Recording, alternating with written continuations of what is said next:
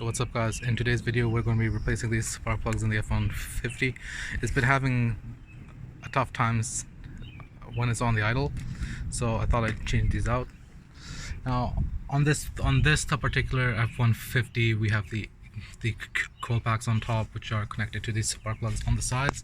As you can see, I took one out and there's this spark plug right there. These things are a pain to get to since they're like farther back. You either need to be standing on a stool, be very tall, or just have just have a long reach. The tools you'll need is a spark plug socket, and preferably on the inside it has a magnet which will hold the spark plug in place. You need a extender and a ratchet and your spark plugs. All you gotta do is this coil pack is going to be on top of it.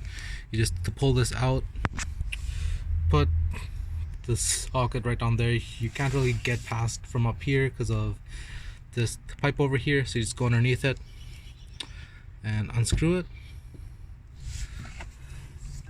Once it's been unscrewed, you can pull that spark plug out.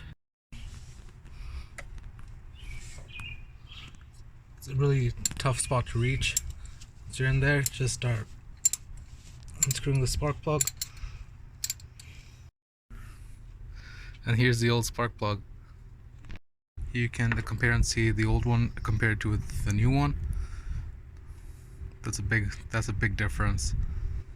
Now all I have to do is to put the new one back in. So yeah, now that you got the spark plug in, it's in there tight. It's just the hand tight. It says about 15 foot-pounds of torque, which is just hand tight, just a bit over hand tightening.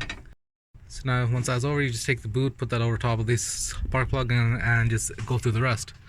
And that's pretty much it for this video, guys. Hope you guys enjoyed it. If it helped you out in any way, consider hitting the like button down below and subscribing, and I'll catch you all in the next one. See ya.